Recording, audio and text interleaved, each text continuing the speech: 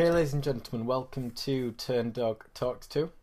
I'm happy to be joined this evening by Claud Williams, who is a practical dreamer and a visual artist. So I'm intrigued to hear a bit more about that because it's an interesting insight. And Claude set up his first company when he was 17 years of age, so he's another young entrepreneur who's getting it done and learning as he goes along. So Claude, thank you very much for joining me today. No problem at all. Well, I'm excited to hear Claude's view. This is all for the successful mistake. So we're going to be looking at mistakes, adversity, and how to overcome everything. But before we get to all that, Claude, please tell us a little bit about yourself and what it is that you do. Okay then. So firstly, my name is Claud Williams. I own a media company called The Creative Circle, and what we do is provide creative services, mostly photography and video, for medium to large businesses. As you mentioned before, I like to call myself a practical dreamer as well. So what I basically mean by that is I'm involved in a lot of things outside of my business, a lot of big ideas, and what I tend to do is just literally pursue everything I do in a practical way. And as part of that, I'm going to be releasing a blog pretty soon called Dream Nation, with the idea behind it of inspiring other people to follow their dreams, as well as giving practical advice to do it. Fantastic. And what I gathered, as soon as I saw you, I kind of got a snapshot, and you're very much around the idea of storytelling. You know, it's this idea of, sharing these stories, sharing these visuals, and giving an insight into your world. That's exactly it. One of the big things I'm a massive fan of is using multimedia to actually get your story across. Yeah. As humans, like, storytelling is the easiest way for us to remember and learn about new things. So, and now we live in a world where we have cameras on our phones, we have videos on our computers. I mean, video calls on our computers. So why not tell our stories in more interesting ways? I couldn't agree more. It's what I do, and yeah, every story should be shared in a way that's perfect for that particular scenario. So yeah, agree wholeheartedly. Well, I must say I'm very interested in hearing sort of your insights today, because starting at 17, it's a young age. You're still a young man now. You know, I'm sure you've gone through that adversity, you've gone through challenges, you've overcome obstacles. So I'm hoping you'll share a story with us, one of the mistakes that you've made over the years, and then what you did to turn it around. So over to you. Okay, then. So do you want me to just go straight into my mistakes that I made? Yeah, just go into one of the mistakes that you think will sort of stand out, and was a bit of an impact on your life, and then sort Okay. of what happened, and then how you overcame that. All right then. I would say the biggest mistake I made was a really slow one that took a while to realize, and that was I put too much pressure on myself to get the work done. So what I mean by that was, as you know, I'm a visual artist. I specialize in photography. I also do video work, and photography was something that I completely fell in love with around 18, 19, 20, that sort of age. And I used to like doing it, like being able to do it as my job was a dream come true. Like, to be able to get paid to do something you love is absolutely amazing. But what happens when you put too much, and when you try to take on all the pressure for yourself, so when you try to do all the work, is that well, in my case anyway, I ended up falling out of love with photography. So what I eventually led to was, in the summer of 2012, so this last summer, I actually, even though that was the best summer of my business, we had made the most money we'd ever made, and so on and so forth, I actually had to quit photography. I couldn't take it anymore, because every single time I used to dread the idea of picking up my camera and going to work for somebody else. And when I realized that my passion had completely gone, it didn't, like, no amount of money ever didn't mean anything to me. And I then, like, it reached a point where I was gonna have no business, and I was gonna have no passion left for even the thing that I used to love. So my biggest mistake was trying to, like I said, trying to do it all myself. What it then eventually led to was, a couple of months later, after quitting photography, I managed to pick, like, get to feel a bit more love for the genre itself. But what I used to do was I only did work that I was passionate about, or only did things which I wanted to do for myself. So I actually, even as it is now, clients can't actually book me to do any photography or video work. So the reason how I actually run a media company is I actually now have a group of people that I work with.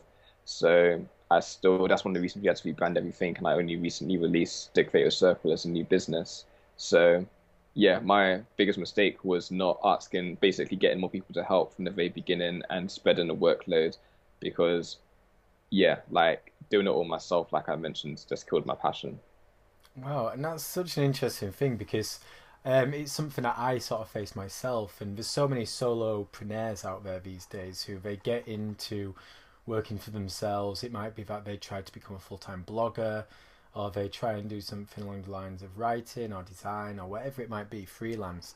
And Yeah, it is amazing in the beginning because you're getting paid and you're waking up and you're not having to go to work, but you're just doing it for yourself and you're doing something that you love. But as yeah, the weeks tick by and the months and you get tired and drained and sick, it's easy to lose that passion. And like you say, once you lose that definitely. passion, it's hard to get it back.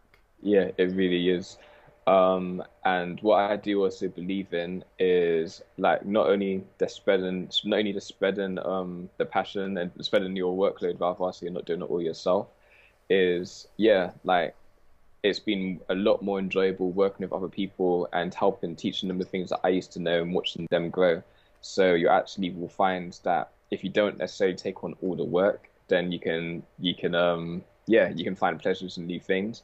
But I've also been able to help my company grow a lot more because now I'm not behind the camera for the business. It means I can focus more on the admin, getting new clients, getting new contracts, and yeah, since I've made this choice, my businesses, like in terms of its profit, I think it's quadrupled now. Wow. So it's, yeah, putting myself in an area where I can focus on what the company actually needs me to do, as opposed to what somebody else could actually be doing, has made the company more profitable. So that it's also helped from a business standpoint. And obviously, in the beginning, we're always trying to think, oh, well, I can't afford to hire someone else. I need to do it myself. But sometimes it's the most sensible option to take because it frees you up to do other things and it takes so much pressure and stress from the situation. Yeah, definitely. That was when all my friends used to tell me before, why don't you get other people to help you? Why don't you get other people to help you? That was my main reason, was saying like it's just not, I can't afford it. It Yeah. just doesn't make sense. But as it is now, to begin with, the first person that got involved with helping with the work did it completely voluntary. Like they just said they would do anything to just come along and learn and get some hands-on experience. And just having that one person there allowed me to bring down a bigger contract, which meant I was still able to pay them in the end. But what you'll probably find as a young entrepreneur, whether it is in media or if you're blogging, like whatever it is, if you're moving in a direction that excites other people, a lot of them will want to be involved in one way or another. And if not, you're another mistake that you should avoid is being afraid to ask your friends and family for help, because a lot of people just want to see you be successful. Hmm. And yeah, taking out a few hours a day or a week or maybe now and again to help you be a massive success one day would not be a problem. Fantastic. And in the beginning, you said that it was a slow burner. How long did it take for you to start doing photography and then ultimately fall out of love with it? Out of love with it. Yeah. I started photography when I was 18, and yeah, and I burnt out in 2012, so about 4 years worth of Wow. yeah, and it did take me a while. I think I actually would have fallen out of love with photography somewhere around 2011, but I didn't actually realize what was happening until 2012. And that's insane because so often we associate mistakes with something. We do something wrong, and then the next Mm. day our world comes to a crumbling heap. But these things, which happen over time, over the space of a few years, they can sneak up on you and you don't really notice they're there. Yeah, definitely. Um, and yeah, like it was the funny thing about this mistake, as I mentioned, is something people used to tell me all the time, if Mm. you that to get other people involved because you can't do it all yourself.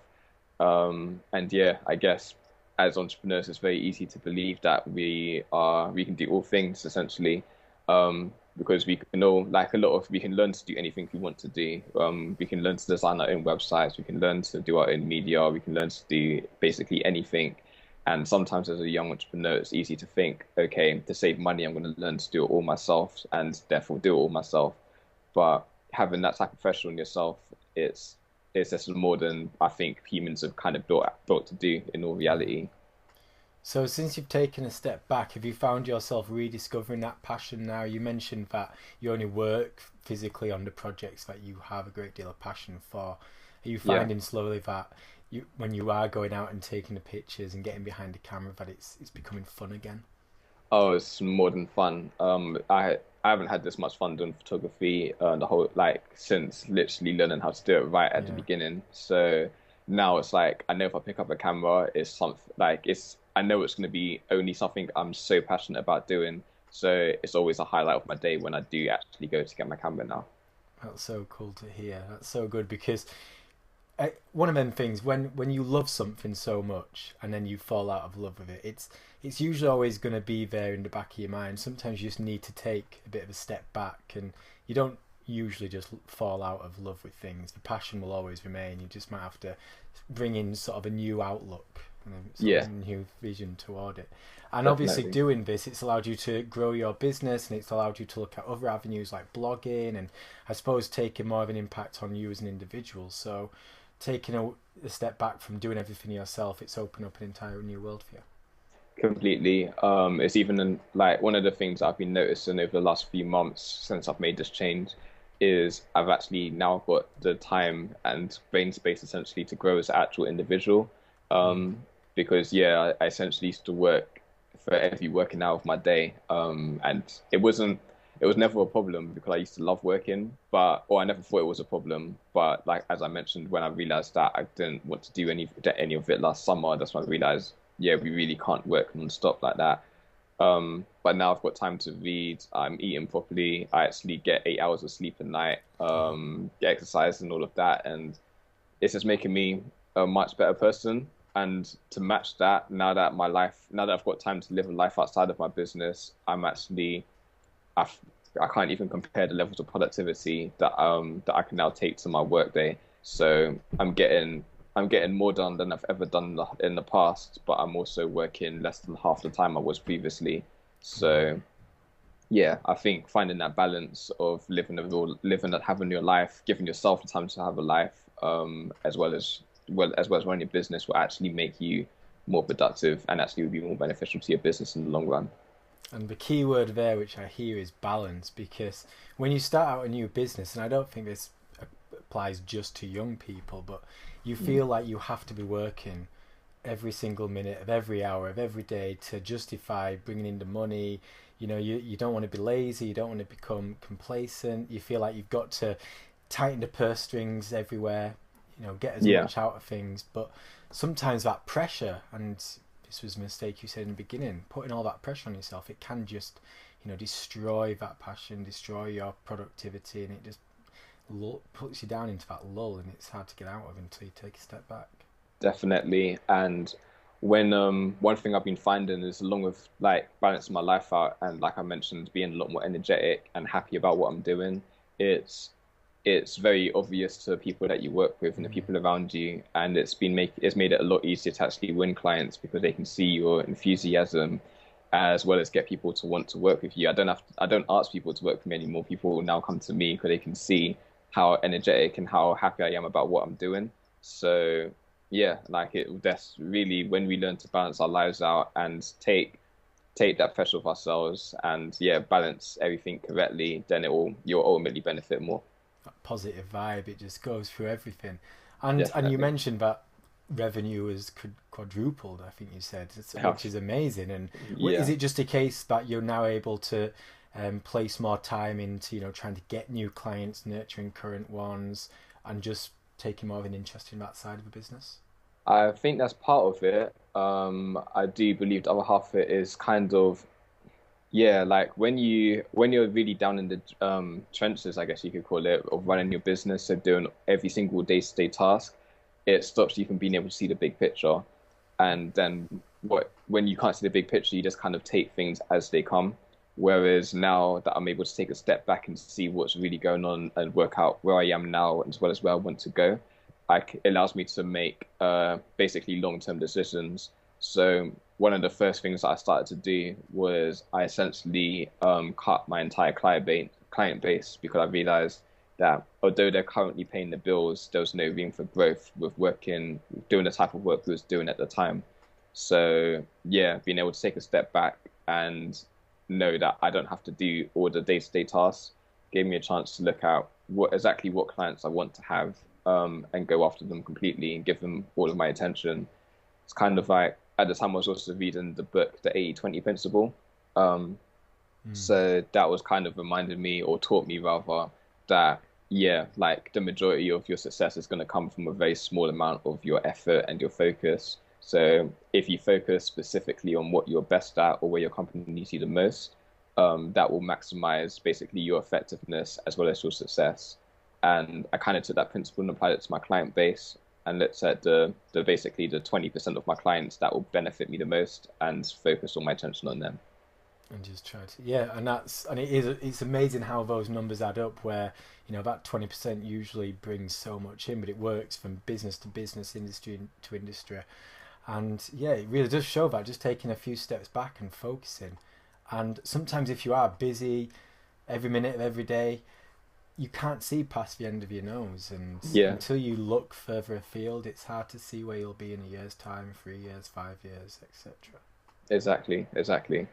So, to someone who's might be just starting out or just considering to start out, what would you, I suppose, share with them in terms of to overcome that fear? Did it take something particular for you? Was it the case that you just fell out of love with photography, or did you see other signs going around the business as well? So what's the question again? What exactly, what advice I'd give to somebody to do I what? guess kind of see these signs coming in Suicide terms coming. of you put pressure on yourself, which I think everyone probably does when you start up a business or you become freelance or anything like that. How do you get out of that rut and I suppose get yourself in a position where you can see the bigger picture and you can let other people in and you can Okay. start to appreciate the world around you? Okay. The first thing is seeing the signs come in, as you mentioned. I would say, uh, how did I know? Okay, if it's a struggle for you to get to go to do your work, so if it's a struggle for you to open your laptop or pick up your pen, pick up your camera, whatever it is that you do, if you find yourself procrastinating a lot from doing it, it means that you're starting to lose your passion for it. Because at the beginning of my photography career, nothing could get between me and my camera. And by the end of like 2000 or middle of 2012, when I burnt out, basically it would take so much for me to actually want to go anywhere near my computer or my camera. So those would be the warning signs. Is if you're procrastinating a lot, it means there's probably you're beginning to lose your passion. Um, how to get out of a rut? What I would say is, yeah, as you've mentioned, just take a step back. For me personally, I stopped everything. I said to myself, it doesn't matter what opportunities come for this section of time. I'm not going to do it anymore. And I think it was really about 2 or 3 months where I didn't pick up anything to do with my business or anything like that. I'm not saying that you need that long, and I'm not even saying that that's going to be enough time. I guess it depends completely on you and your circumstance. But just give yourself time to kind of reset, work out what it is that you are passionate about, work out where you want to go, and then as we take practical steps to making it a reality. Fantastic. Well, it's been a great insight. Thank you very much, Claude. And it is fantastic to hear a journey of a man who is still young, still in the infancy of his journey, but has come across those obstacles. And losing a passion is such a scary one because we usually get into a business because we love something so much. And then if you wake up one day and realize you don't love it, it is quite a scary moment, I can assume. Definitely, yeah, it really was. Yeah, kind of left me not knowing where I was going to go for my future because up until that point, it was it was the only thing that I kind of factored into where I want to be. So the idea of quitting it was extremely daunting, but yeah, facing your fears head on definitely is the way forward. Absolutely, and it doesn't, it isn't necessarily the end. Just because you wake up one day and you don't have that same passion doesn't mean that it won't be back in a few weeks or a few months' time if you just change your course a little. So, thank you very much for joining me this evening, Claude. It's been an absolute pleasure, and I hope the viewers have come away with something, which I'm sure they have. So, thank you. That's great, no problem. Thank you very much for having me. Cheers. Okay.